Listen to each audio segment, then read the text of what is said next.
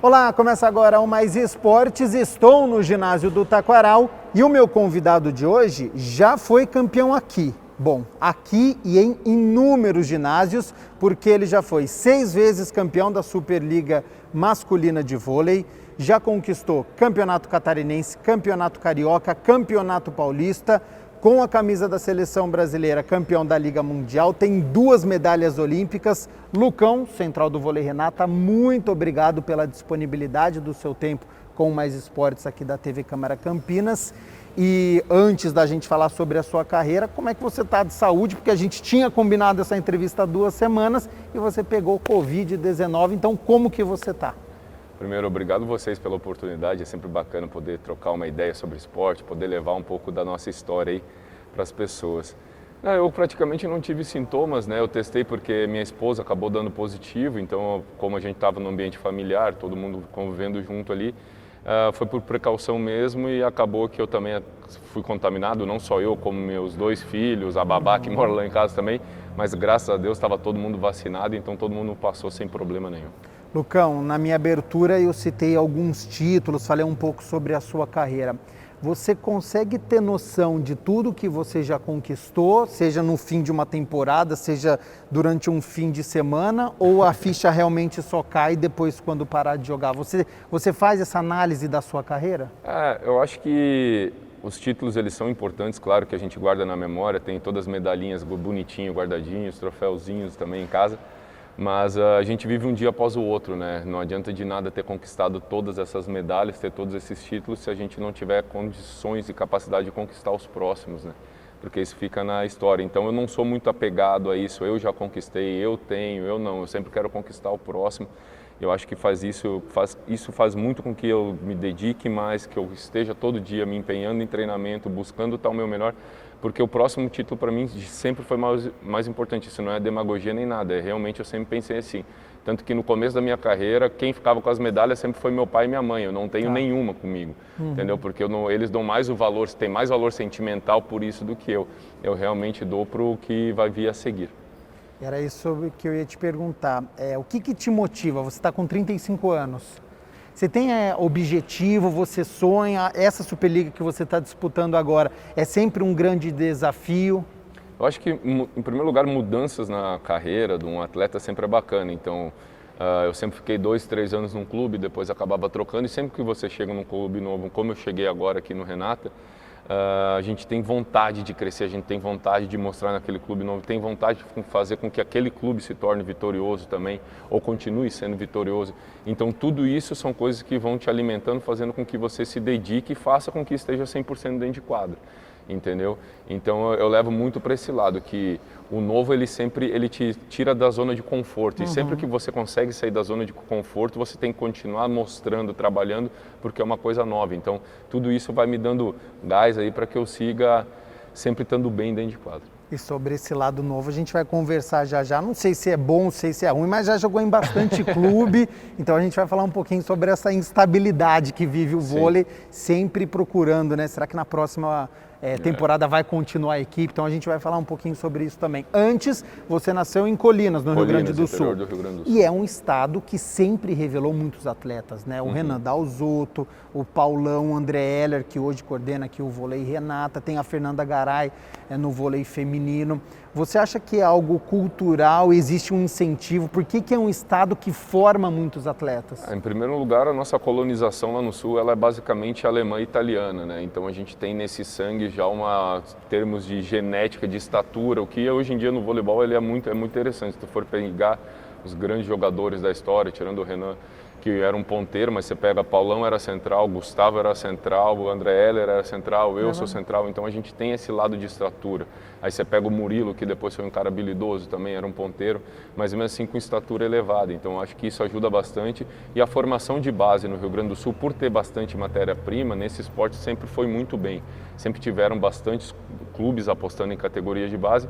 Hoje, infelizmente, muito por causa da condição financeira que o estado vinha atravessando, já tinha um bom tempo, a gente não consegue ter um time de Superliga lá, né? Porque acabou que os times que tiveram não conseguiram mais se manter por causa de patrocínios e muito por causa da estabilidade financeira que o estado passou. Agora as coisas vêm melhorando, mas sempre foi um estado muito revelador mesmo. Ou seja, hoje a gente deve ter vários atletas e a gente não tem tantos clubes para esses jovens que estão com 16, 17, falando sobre a base no Sim, sul. Principalmente essa troca, né, que é ali do infanto, juvenil, que você vai, que é o sub-19, para o adulto, né.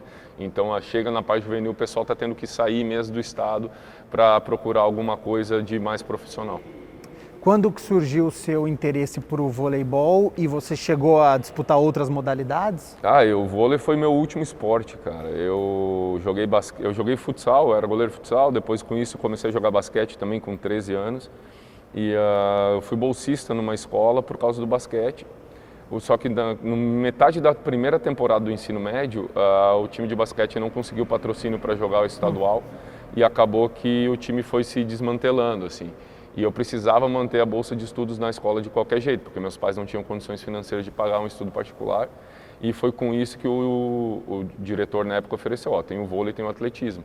E como eu era alto, tinha estatura, o técnico veio conversar comigo e eu acabei indo para o vôlei por obrigação, não era porque era um esporte que eu amava, que eu gostava.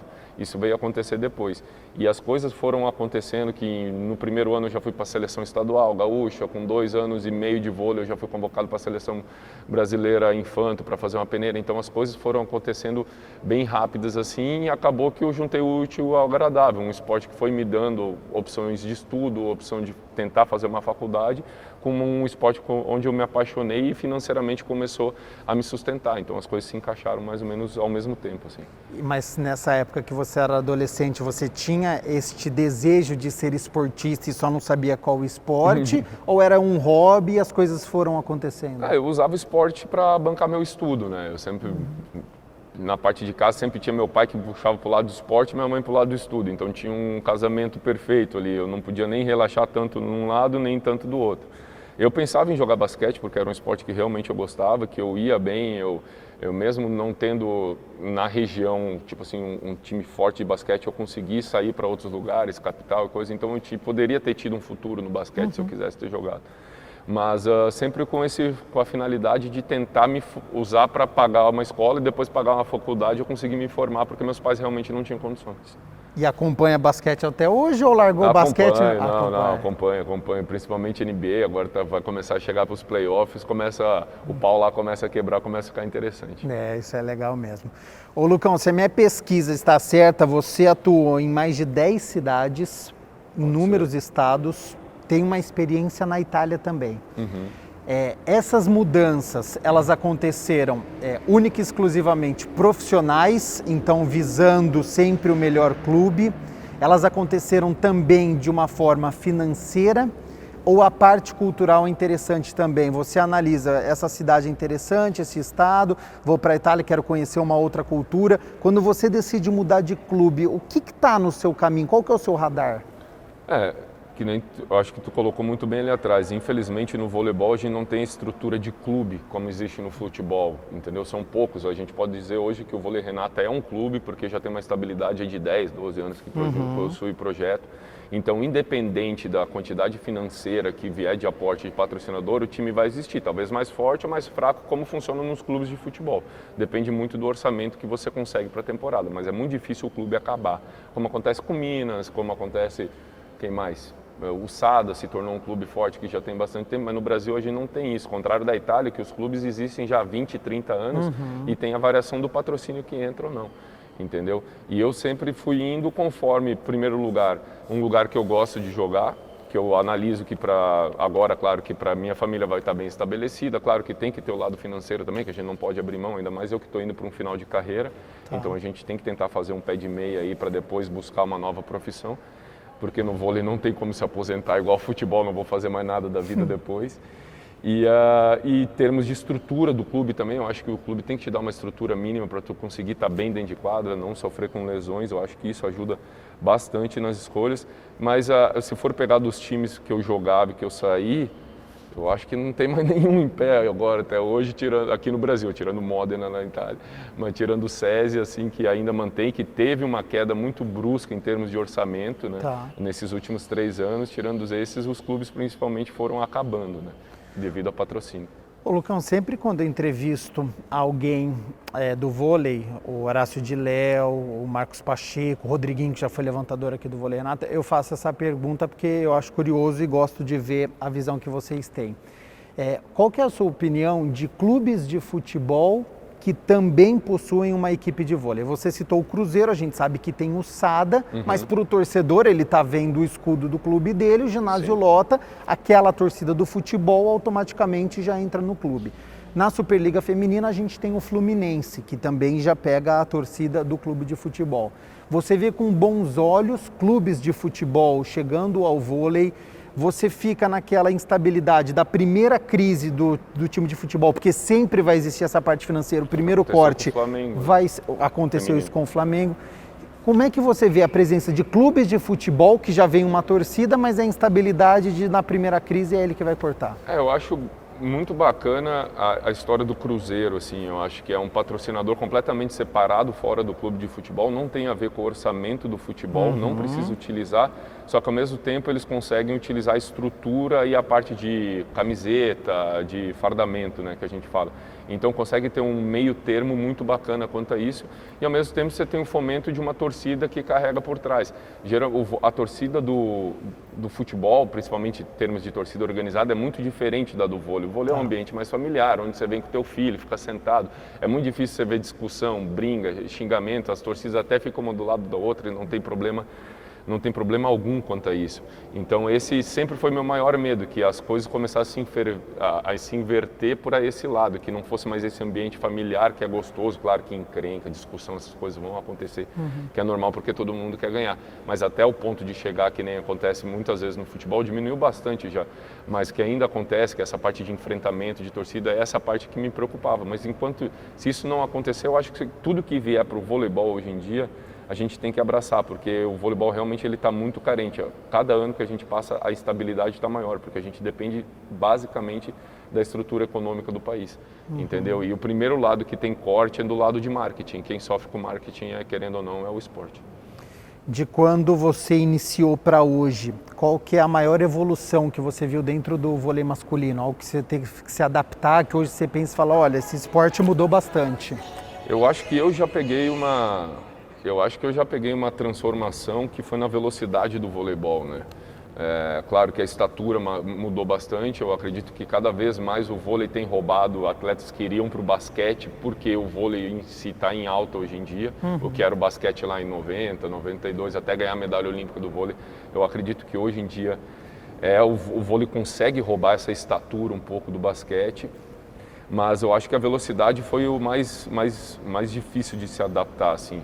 Aquela mudança que teve de jogo da última geração do Brasil, que vem ali de 2002, que foi a geração mais vitoriosa da história, a grande mudança ali foi quando o Ricardinho entrou e imprimiu uma velocidade, o Maurício já fazia antes, mas com o Ricardinho isso foi muito além, e isso começou a se perceber que todo mundo começou a imitar isso. Então essa mudança de chave de um jogo um pouco mais lento para um jogo mais dinâmico, acho que foi a maior revolução assim, que eu consegui conviver.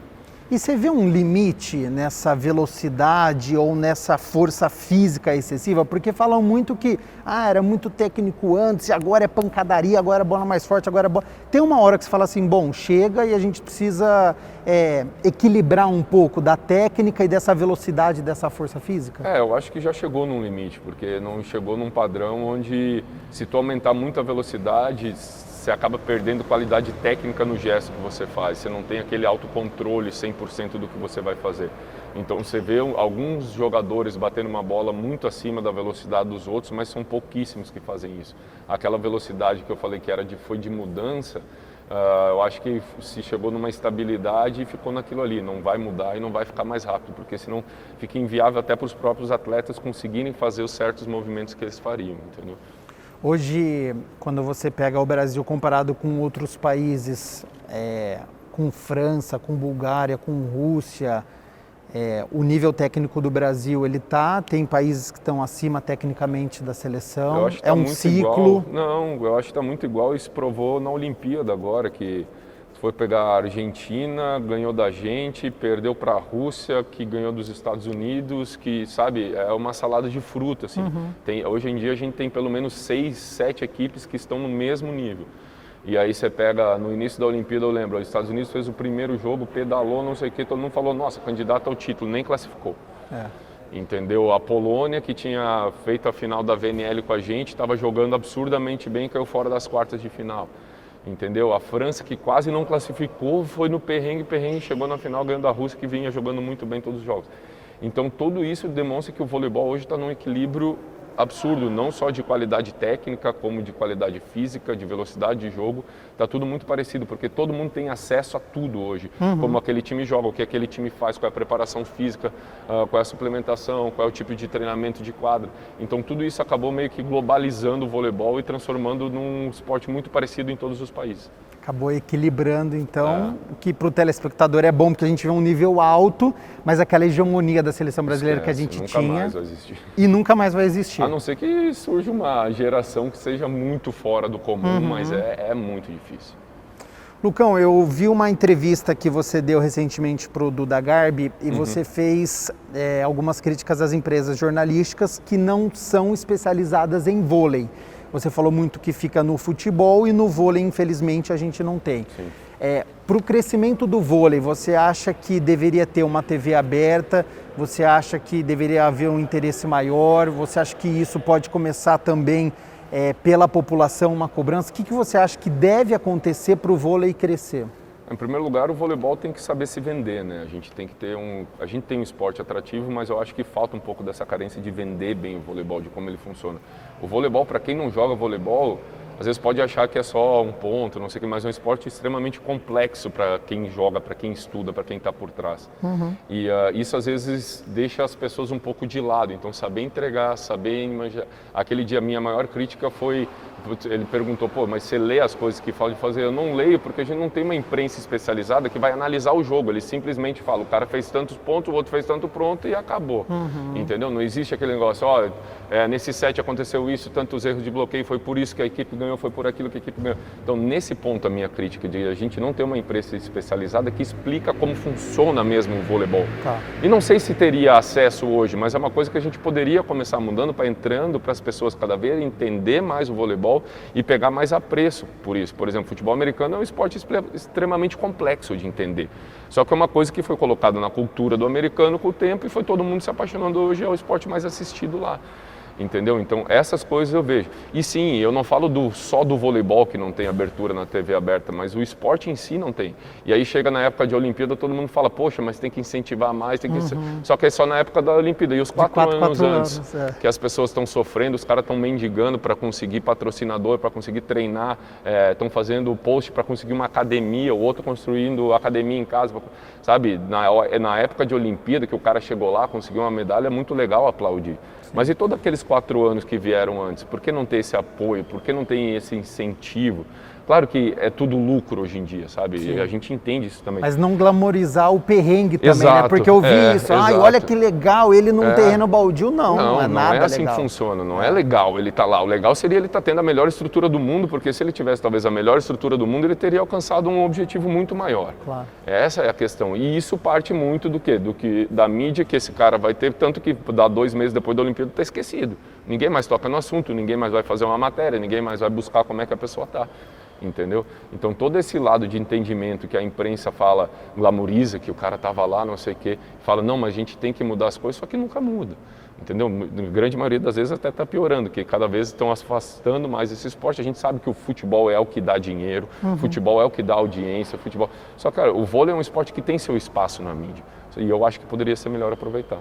E para mudar essa situação, você acha que começa com o governo federal, com o governo estadual, as prefeituras abraçarem, são os clubes, a empresa particular? Como é que a gente muda essa situação?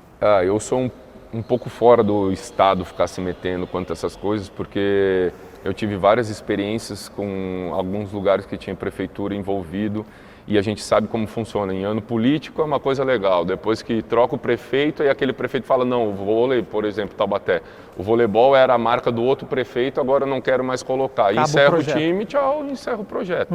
Então eu acho que cada vez mais tem que ser, por exemplo, eu estava conversando com o cara que é gestor lá da CBV hoje, que entrou, que é um cara muito bom, e ele falou, eu queria que todos os clubes tivessem o tipo de gestão que o Vôlei Renata tem, entendeu? Porque é uma gestão de negócio. Sabe, tipo, tem que tentar formar uma empresa para que aquilo lá dê lucro. Não é simplesmente ter o time de vôlei, não, aquilo lá tem que se estruturar como se fosse uma empresa mesmo. E quanto mais a gente conseguir fazer o voleibol ser um negócio, mais eles vão querer vender, mais vão querer investir em mídia, mais vão querer trazer coisas para dentro do próprio clube, da empresa, para que ela cresça. E eu vejo mais por esse lado, entendeu? De ter clubes independentes, não depender de prefeitura, claro que, por exemplo, que nem aqui a gente tem estrutura da prefeitura, usar isso, que nem eu te falei do clube de futebol, pô, usar a estrutura do futebol, legal, usar aquilo lá, mas depender do dinheiro do futebol já não, aí eu já acho que não fica legal. Quando você falou de mendigar patrocínio, dessa situação, a gente acompanhou durante o último ano o José Roberto Guimarães, que tem aquele projeto em Barueri.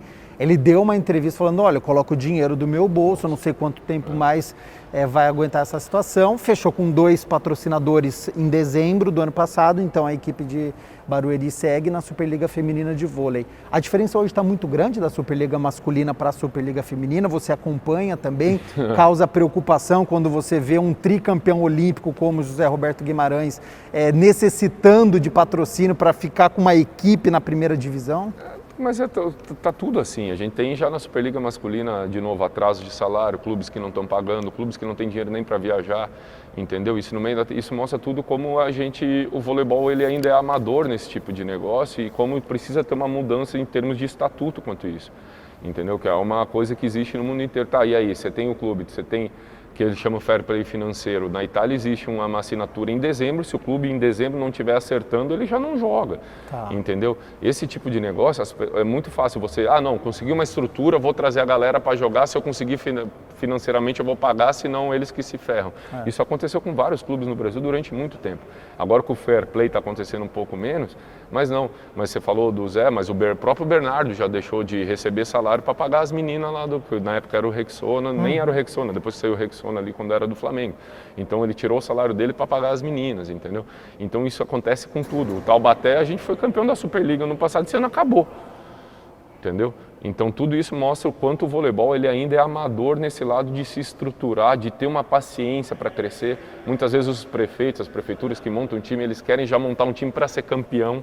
Não é assim, por exemplo, o Sada hoje, que talvez seja o clube que mais tempo está investindo muito dinheiro, começou baixo, começou com uma estrutura pequena, foi crescendo, até que chegou num patamar bom, entendeu? E aqui é a mesma coisa, eu vejo isso muito parecido aqui. Teve anos que teve pico de patrocínio maior, beleza, a gente contrata mais. Tem anos que tem menos, contratamos menos, mas vamos sempre manter uma base para conseguir disputar com um orçamento que cabe no nosso bolso. Não adianta eu gastar mais e depois não saber de onde eu vou tirar o dinheiro. Eu acho que a gente tem que aprender muito com isso.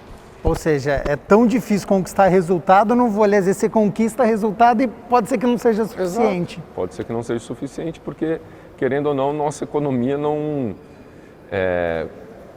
disponibiliza tanto patrocínio, assim, não é fácil arrecadar dinheiro no Brasil, a gente sabe disso, que é difícil de se manter, não é fácil para as empresas crescerem, muitas vezes elas preferem investir numa propaganda que é muito mais direta, numa TV, às vezes, que vai ter um alcance muito maior, do que ter um trabalho, entre aspas, de ficar ao pouco, aquele trabalho de formiguinho, crescendo num clube de vôlei. A Itália, que você disputou a temporada 2015-2016, seria um exemplo para o Brasil? E como foi a experiência de ter jogado na principal liga do mundo? Né? Eu fui aquele ano para lá porque era um ano pré-Olimpíada e eu queria realmente jogar contra os melhores jogadores do mundo para crescer meu nível técnico, entendeu? Então foi muito uma opção por causa disso. E a organização do campeonato, hoje em dia a Superliga já está muito mais organizada, já está muito melhor, mas a organização do campeonato é uma liga independente. Eu acho que eu sou muito a favor desse lado de desvincular a liga da confederação. Eu acho que são dois assuntos diferentes. A confederação tem que cuidar da seleção brasileira e a liga tentar ser uma liga quanto mais independente possível, quanto mais ter, porque aí você consegue arrecadar para a liga patrocinadores, você consegue arrecadar para a liga de uma TV talvez, entendeu? Isso torna o negócio mais viável. sabe? Não tem esse conflito de interesses ali dentro com seleção, porque a gente sabe, quem vende hoje é a seleção brasileira de vôlei, entendeu? A Superliga é um pacote que entra junto no meio. Então isso faz com que talvez todo aquele orçamento que poderia vir, talvez até para uma liga, pode ser que seja 10% do orçamento que se consiga hoje, mas com o tempo eu acredito que com essa fomentação que a gente consegue ter com foco específico para a Superliga seria mais palpável no futuro, entendeu? E esse 1 ano que você jogou na Itália foi suficiente? Atingiu o seu objetivo? Era o que você queria? Eu tinha 2 anos de contrato, acabou que, como acontece em todo lugar, no ano seguinte ia ter uma redução de patrocínio, mas o clube não acabou. Então, como acontece? Eu tinha um orçamento X, eu ia te pagar tanto, eles falaram, a gente não vai conseguir manter o teu contrato, a gente vai cortar 40% do teu salário. Nisso, minha mulher descobriu que estava grávida lá, meu filho ia nascer, a gente não queria ter o filho fora do país. E eu não queria ficar longe deles, então casou tudo para que eu voltasse. Mas é um campeonato onde, por exemplo, você tem que jogar bem, desde contra o primeiro, quanto o 12º, você tem que jogar o tempo inteiro no teu 100%, porque senão você vai perder, entendeu? Então foi uma experiência muito bacana que, quem sabe, eu não tenho de novo um dia. Isso que eu ia te perguntar, o seu objetivo pode ser ainda fora do Brasil? É algo que você gostaria de ter? Eu até converso com o Maroni, eu falo, poxa, eu tô feliz pra caramba aqui, tô em casa, tô não sei o quê. Mas jogar fora eu acho que é um objetivo e cada vez tá com essa diferença monetária que tá do euro pro real, cada vez subindo mais, acaba que se a gente for pensar na parte 100% financeira, é muito difícil da gente continuar no Brasil hoje em dia. A diferença é muito grande, entendeu? Da Itália para cá? Em termos de salário? Não, em termos de salário talvez não, só que na conversão entendeu? A gente perde, por exemplo, se o euro tivesse 1 por 1, ou vamos dizer 3 por 1, não valeria a pena. Entendi. Entendeu? Mas como está 5,5, 6, batendo 6 e pouco, por causa da conversão, acaba que a Superliga dá uma desvalorizada. Tanto se tu for pegar os atletas de seleção brasileira hoje, não sobrou quase ninguém aqui, tá todo mundo para fora. Lucão, já estamos chegando perto do fim. Eu gostaria de trabalhar ainda 2 assuntos com você. Vou deixar o último, o vôlei Renata, e não é polêmica, mas é que como gerou bastante repercussão e acho que tem um pouco de curiosidade nisso também. A gente estava falando de Jogos Olímpicos de seleção brasileira, né? Ficou evidente depois de tudo que aconteceu, Maurício Souza, a questão do Douglas também. E no futebol essa é uma discussão que sempre acontece, né? A gente sempre vê entrevista de jogador que fala, olha, a equipe ou não era unida, mas dentro de campo a gente resolvia, a gente dava certo, mas fora não. Sim. No vôlei tem isso também, olha, a gente não é amigo fora de quadro, mas dentro dá certo também. E em elenco que você já jogou de clube, isso já aconteceu também? Olha, a gente não tinha muita amizade ali, mas foi um clube vencedor. Ou é melhor ter uma equipe unida dentro e fora de quadra? Eu acho que eu já joguei em diferentes... Claro que quando você tem uma equipe que é unida dentro de quadra e fora de quadra, o ambiente todo ele é melhor. Isso é fato. Tá. Entendeu? Por exemplo, quando eu comecei lá na CIMED, lá em 2007, quando a gente estava lá, tinha todo mundo a mesma idade. Então, a galera, alguns namoravam, mas ninguém era pai, não tinha outras responsabilidades a não ser jogar vôlei e na folga fazer churrasco. Tá. Entendeu? Era o que a gente fazia. Então, um ambiente de amizade, de crescimento. Hoje eu já estou num lugar diferente, onde aqui quase todo mundo é pai, todo mundo tem família. Tá. Então, o ambiente é legal, só que não existe mais aquele negócio de estar junto o tempo inteiro. Entendeu? Então, as coisas foram evoluindo e vão indo. Eu já joguei em time que, por exemplo, tinha gente que mal e mal se cumprimentava e a gente foi campeão. Sabe, isso existe. Então, é muito mais da química que acontece dentro de quadra, da responsabilidade que os atletas têm de saber separar o lado externo do lado interno. Eu acho que o que mais prejudica para a equipe, às vezes, não ir bem é quando a parte do clube não está sendo cumprida. Tá. Entendeu? Quando, por exemplo, que nem a gente ficou 3, 4 meses no Taubaté sem receber. Isso é um inferno todo dia, porque todo dia é briga, chama diretoria, vem, briga, isso causa um desgaste. Se não fossem jogadores que tivessem um respaldo financeiro, por exemplo, que eram jogadores que já tinham uma grana, conseguiam guardar dinheiro para se sustentar e manter a família, o pau já tinha quebrado muito antes, entendeu? E aí a gente tem que começar a ameaçar que não vai jogar, que não vai... E as discussões, diferenças fora de quadra entre atletas, elas são muito mais fáceis de resolver, porque todo mundo tem o mesmo objetivo dentro de quadra. E quando o objetivo é comum, eu acho que é mais fácil de trabalhar. Você teme que essa questão de rede social acabe atrapalhando? Porque, querendo ou não, isso veio para ficar, né? Sim. Hoje todo mundo está conectado. Nessa entrevista que eu já citei do Duda Garbi, você falou, né? Cheguei na Olimpíada, eu não, já deixei meu celular, eu não vou utilizar. Sim. Claro, cada um utiliza da sua maneira, enfim. Mas você teme que exposição em rede social, um comentário, seja de política, seja de futebol, enfim, você acha que isso pode atrapalhar e a gente vai entrar num caminho que a gente vai ter que discutir o papel de rede social e de internet para o atleta? Sinceramente, eu sou a favor da liberdade de cada um que se ele quiser fazer, ele faça. Só que arque com as consequências, entendeu? Tá. A gente tem que entender que nossas redes sociais, a gente não representa... Quando eu fecho, por exemplo, com o Vôlei Renata, eu não represento só a minha pessoa ali dentro. Eu represento uma marca por trás. E a marca não pode ter prejuízo por causa de uma coisa que eu vou fazer. A partir do momento em que a minha liberdade está atrapalhando o meu clube, está atrapalhando meus colegas, aí tem uma coisa que está de errado. Toda a minha folga, estou sem clube, estou sem fazer nada, beleza, vou fazer o que eu quiser, sou a favor, quer se expor, se expõe. Só que nem eu digo, arca com as consequências. Eu acho que é muito prejudicial, às vezes, a gente colocar uma coisa nossa na internet, que achar, poxa, que é legal, que vai prejudicar a marca, vai prejudicar o patrocinador, que pode prejudicar o clube lá na frente. Eu já não gosto disso. E outra coisa, a pessoa que se expõe muito na internet, ela tem que saber que quando se está tudo bem, vai todo mundo te elogiar. Mas quando você está mal, vai todo mundo te tocar pedra. Então, assim, seja a mesma pessoa quando está tudo bem, seja a mesma pessoa quando está tudo mal. Não seja uma pessoa diferente nesses dois pontos, porque senão, além de estar sendo falso contigo mesmo, as pessoas hoje em dia percebem que você não está sendo a mesma pessoa. E o equilíbrio, acho que é o mais difícil, é isso, né? Porque... Acho que não se apegar, não se iludir que aquilo... Pra mim, eu levo muito que a rede social é uma bolha, cara. Entendeu? Se tu for pegar aquilo lá, tudo que dizem, que falam lá, você vai pirar, vai ficar louco, porque várias entrevistas que eu já dei, eu não leio comentário, eu não vejo nada, mas tipo assim, vai falar bem de mim, pô, legal, vai falar mal de mim, tá no meu direito. Só que, cara, eu tenho meu pensamento, eu tenho as minhas verdades nas que eu acredito e não vai ser um comentário de Instagram que vai fazer eu mudar.